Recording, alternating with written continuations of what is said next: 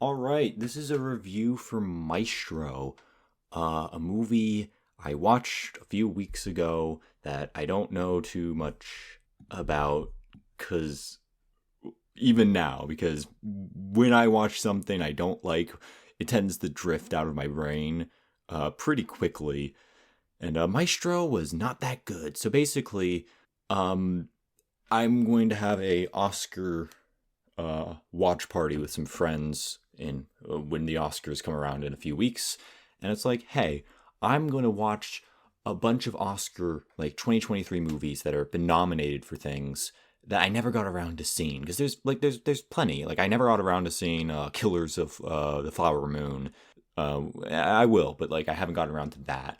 I got around to Barbie and Oppenheimer and Spider Verse and uh, I think I think that's actually it. Before I started watching more Oscar nominees, I think those were the three big ones. Oh, and The Boy and the Heron.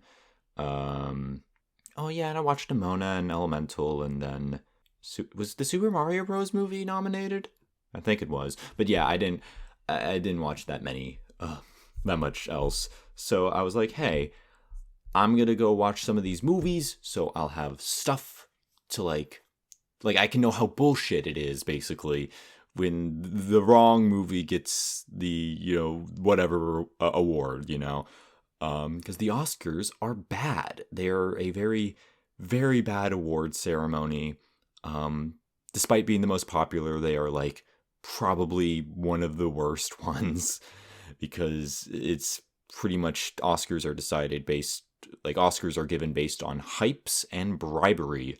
um so yeah, not a great system, not a great award system for determining the best movies of the year, despite being the most popular. So womp womp.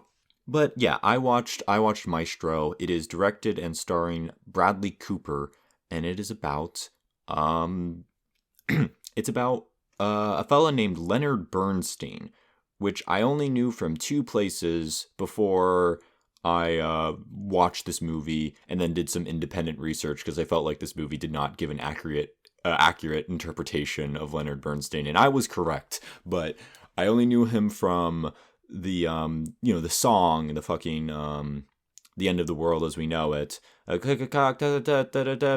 Leonard Bernstein, yeah, that part, which that song shows up in the movie because of course it does. And the other place, and the place probably more people of my generation would know it from, is that one John Mulaney joke, um, where his dad gives him a sex talk, and he starts it with Leonard Bernstein was a gay composer of the 20th century, and when he held back his gayness, he did some of his best work. Um, so that's all I knew, and I watched the movie. It was on Netflix. I watched it on full disclosure. I watched it on 1.25 speed on my phone while I was kind of doing other shit because I was bored. I have a rule when it comes to movies, especially like movies I feel obligated to see for one reason or the other. That like I'm not allowed to quit them, like. But I am like if unless I'm having an atrociously awful time and I'm like, oh, I'm gonna shut this off now. But like what I can do is that I'll give it like 10 minutes basically, or 5 to 10 minutes, and it's like, okay, I am not having a good time. I'm going to put it on 1.25 speed and do something else and like watch it in the background basically. So maybe I don't know, maybe this movie would have been fantastic and 10 out of 10 if I paid, explicit attention to it, but like I don't think it will be or would be. Um so, for some context, and I still don't know that much, even though I've done some independent research. Like, by independent research, I mean, like, I read Leonard Bernstein's Wikipedia article. But Leonard Bernstein was this pretty influential, yeah, he was pretty influential composer, American composer. He's kind of noteworthy for being, like, the first big American composer who had, like, widespread international success and fame.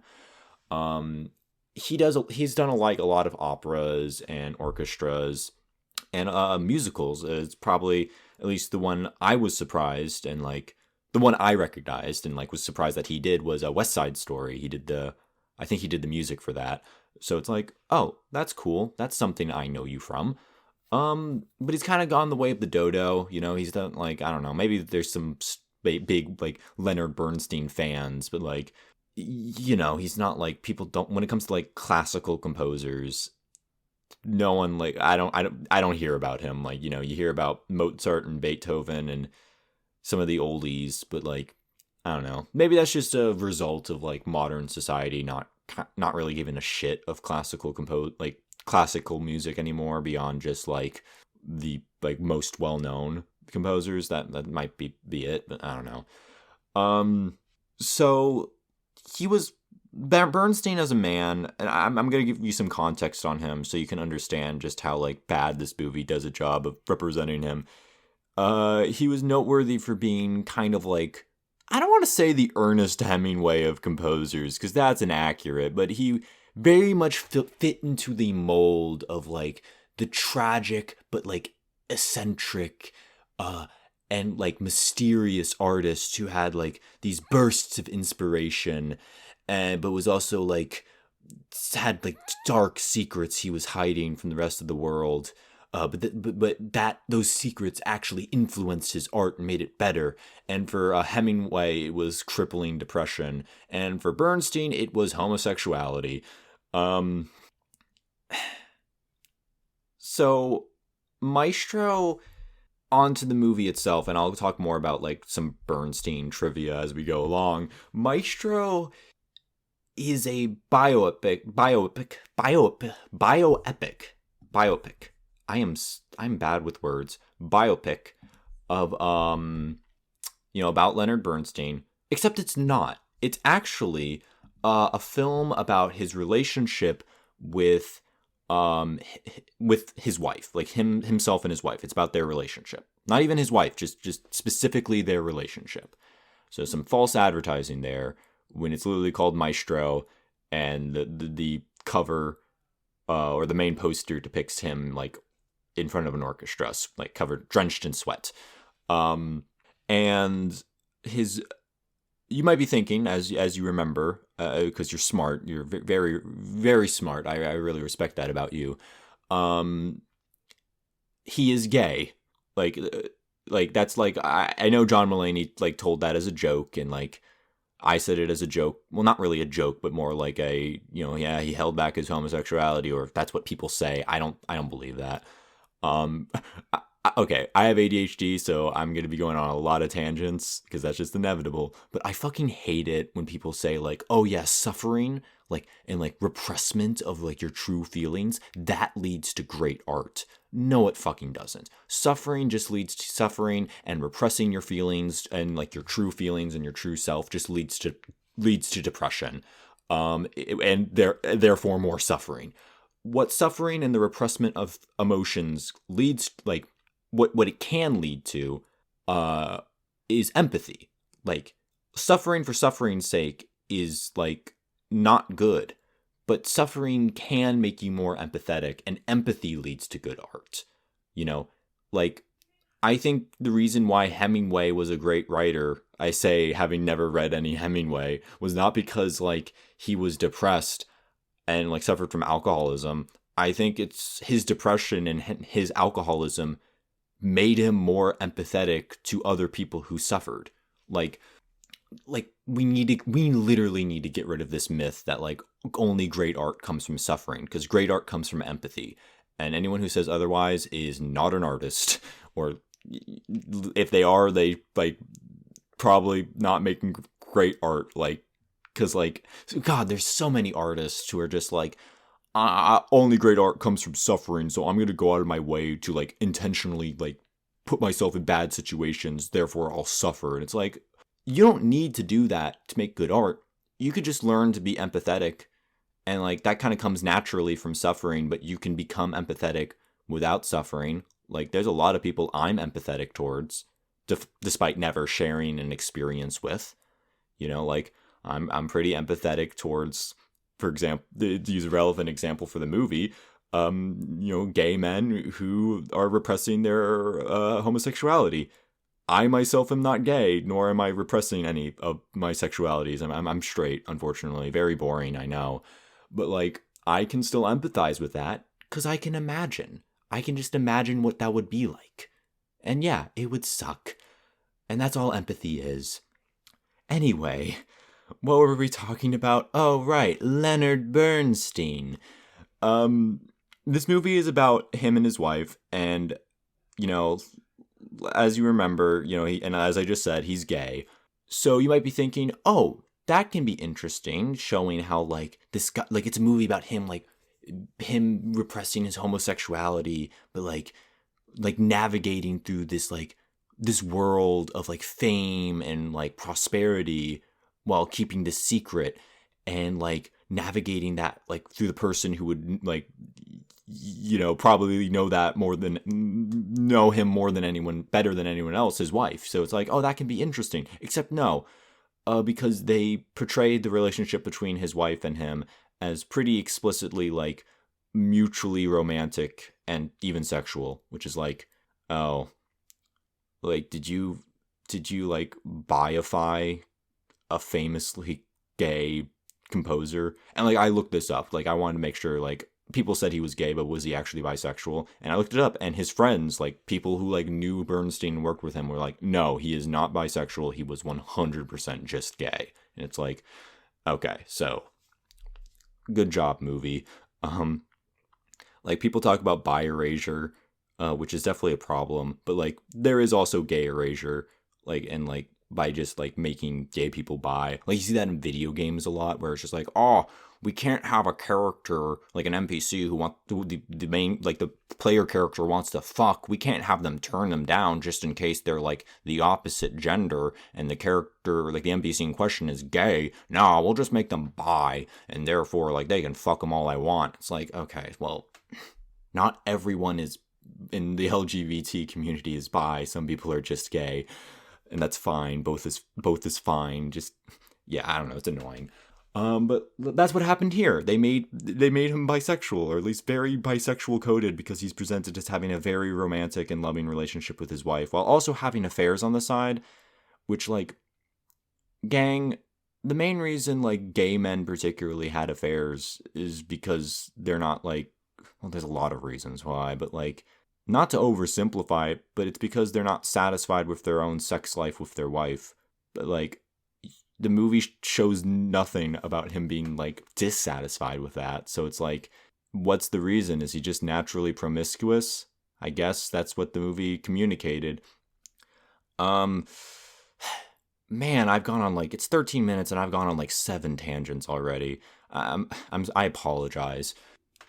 This movie is Oscar bait. It's just Oscar bait. It's just Oscar bait. There's nothing more to it than that. I gave it a 4 out of 10. It has pretty much all the trademarks of Oscar bait.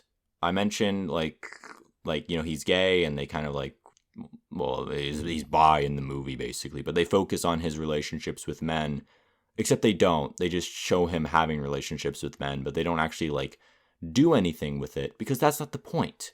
The point isn't to, say anything about the relationships he's having with other men. It's to just go, look, he's gay, or he's sleeping with this guy. This is something that gets us awards at the Oscars, because we're talking about what is considered by Hollywood to be a taboo subject. Like, there's a lot of accusations that, like, some movies only get recognitions, like, for having gay characters because, like, oh, because the woke mind virus made, like, people, like, think that, like, as long as it has a gay character in it, it's therefore good. And it's like, no, movies that even, like, decades ago that had gay characters were getting praised by the Academy. But not, it was because, like, to them, to the Academy, and even to this day, the LGBT community is considered a taboo subject, and they therefore consider any movie that features or discusses them to be quote-unquote brave, and, like, that's the recognition they get. This trend has existed for literally decades now. And this movie has a lot of that. It has a lot of, like, moments that are just like, you are just here to get an award. You're not actually saying anything. Yeah, that's Oscar bait in a nutshell.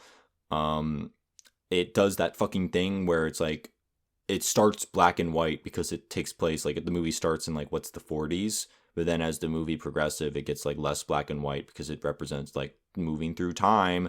Oh, so creative, so interesting. um um like at least with Oppenheimer, like they do like the black and white and color, but take the unique decision to have the present day be in black and white and the past be in color, which I don't know how unique that is, but at least it's like more unique than just the basic it's the past so have it be black and white. Like, you kidding me? Like, isn't there like a segment of Outlander, like that one show about like the Scottish people like in the 1700s, where like there's like a flashback sequence that's literally for inexplicable reason, like for some inexplicable reason, has like a 1920s old timey movie filter over it with like the scratchy texture and like the shaky like the shaking of the like of the frame to represent like the film spinning. I took a film class. I should know the technical term for this. But like, yeah, it's very uncreative, very boring way to depict like like you don't really need it, I guess, unless you want to create like a major juxtaposition or like you're trying to say something else. But like, yeah, I don't really like it when movies do it because it's pretty lazy.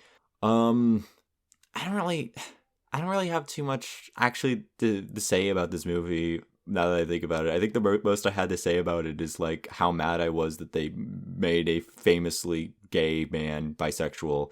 Um, they don't they don't fucking like this is called Maestro and it's about a composer, but like they do nothing to like make you appreciate or love music. And like that's why I think on my Letterbox review I said it felt like an Oppenheimer ripoff, which is funny because like these movies were probably being made at the same time, like whatever. But like it felt like an Oppenheimer ripoff because it felt like, oh, we are exploring it's a biopic of the tragic life of a guy who was like had pretty fucked up personal like interpersonal relationships, but had a great deep like passion for his work. And like in Oppenheimer, they do a pretty all right job, I'd say, at displaying Oppenheimer's love for science in some, especially in the first like 30 minutes. They do a pretty good job at like showing the beauty of the universe, I guess you can say. And like you as the audience will go, oh, yeah, I get it. The universe is pretty rad. I can get why this guy is like fascinated by it. But like there's no scenes like that in Maestro, but like it feels like they're ripping that idea from Oppenheimer without doing any of the legwork. Um, like there's a big scene where like he composes, this orchestra, and it's like he's sweating and he's like, he's drenched in sweat, like his hair is plastered to his skull, and he's like flailing his arms around, and it's like, oh, it's really intense. But like, I didn't really give too much of a shit because I had no idea what this meant to the character. Like the reason why we care when characters like do something like that means something to them is just that because it means something to them. Like if a character has like a deep love of painting, but like they're not allowed to paint because of whatever reason, and like we care about the character and they've expressed their love of painting, then when they finally get the opportunity to paint, we as the audience go, oh, cool, they're painting now. Good for them. We love to see that. But like there was never a moment like that in Maestro because there's never a moment where we're like, "Oh, we as the audience understand why Leonard Bernstein loves composing and loves music." He just like does it and we're like, "Cool." The fact that the movie doesn't talk about his love of music, just the fact that he does it kind of implies that he doesn't actually care all that much about it. At least in film language, that's what it's saying. Um, did I have any other notes about this movie? I don't actually have that much to say. This review mostly exists just to get my thoughts out. It's not really like I don't know if you've noticed, but this doesn't have a script. But it's mostly just here to just say like, hey, here are my thoughts. Enjoy, discuss below in the comments or whatever. Did I have any other notes? Did I have anything to say? Oh yeah. The movie itself. Oh, my gain's a little peaking a little there. Let me lower my gain. Even though, like I said, it focuses a lot on the relationship between him and his wife. You might be wondering, oh, is that relationship actually interesting? No, it's not. He just has affairs with other people, and she's just like, how dare you have affairs with these other people? And it's like, yeah, that's something I'd be mad at too, girl.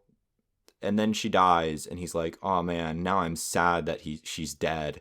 It's like, wow, man, good job. I've said a lot of negative things about this movie. I should probably like say some positive things. The makeup design's pretty good.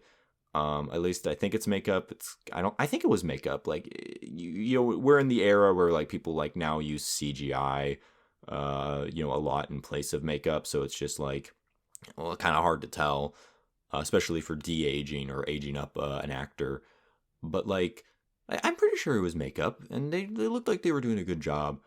Everyone says, or everyone who's reviewed this movie says that Carey Mulligan, who's playing Bernstein's wife, is probably giving the best performance, giving a better performance than Bradley Cooper, who plays Bernstein. And I agree. I don't think it's like exceptional. I think it was just fine, but like she was like trying, so that's something. Bradley Cooper's actual performance as Bernstein is like, actually, I think it's pretty bad. I'm not gonna lie. It felt like, and I think I described it in my Letterboxd review as such. It felt like he was trying to do a Leonard Bernstein impression instead of just like actually acting Leonard Bernstein. Like I've never heard of interview with Leonard Bernstein. I've never seen like footage of him, but like the way Bradley was playing him very much came across as like, oh, you heard this guy in an interview, and instead of thinking like, oh, he has a very unique way of speaking, I wonder why he speaks that way, you just went, oh, what a funny way to speak. I'm just going to work on trying to replicate that way of speaking and do nothing else. Because, like, at least in the movie, Bradley, like, has Bradley Cooper plays him has, oh my, what a word salad I just said there. What a jumble of words. At least the way Bradley Cooper plays him in the movie, Bernstein he sort of has like this kind of voice. It doesn't sound like this, but it's in the same like category of tone, and it's a very like, there's a certain draw to it, or drawl to it. Not like a southern drawl, but like a weird, pretentious academic drawl. That I think like there was probably some like reasons in Bernstein's life for why he spoke that way, because people like, genetics are just one of many reasons people speak the way they do, but it also has to do with like personal beliefs and like subconscious beliefs and psychological like behavior. And I don't think like Bradley Cooper ever took the time to actually like think about that, and he was just like, that's a funny voice, I'm going to try and do that now, and then like didn't like act further beyond that. It was kind of embarrassing, I'm not gonna lie. Yeah, that's pretty much all I have to say about this movie. It's not that good. I don't know why I give it a 4 out of 10. I think it doesn't deserve that much. It probably deserves like, or 2 or 3. I think the reason why I gave it a 4 is because like it's technically competent. Like some of the cinematography was like acceptable, even though like well, there was a lot of things in this movie that were just acceptable, but like clearly was only there for Oscar bait reasons. So it's like, I don't I can't give it anything higher than a 4 out of 10 out of the goodness of my heart. So it's like but like I said, it's technically competent. That being said, there's another bit of Oscar bait on here that I might review next. That I watched next, called Rustin. That I give a 3 out of 10 to. I think that one was just more egregious, though. It was more explicitly Oscar bait than Maestro. Maestro was still pretty Oscar baity, though. I think like between the two, I'd rather rewatch Maestro, but I don't want to watch either again. So yeah, that's Maestro. I hope, is that how you pronounce Maestro? Maestro. I think so. Well, if not, I'm gonna look like a big idiot. All right, bye.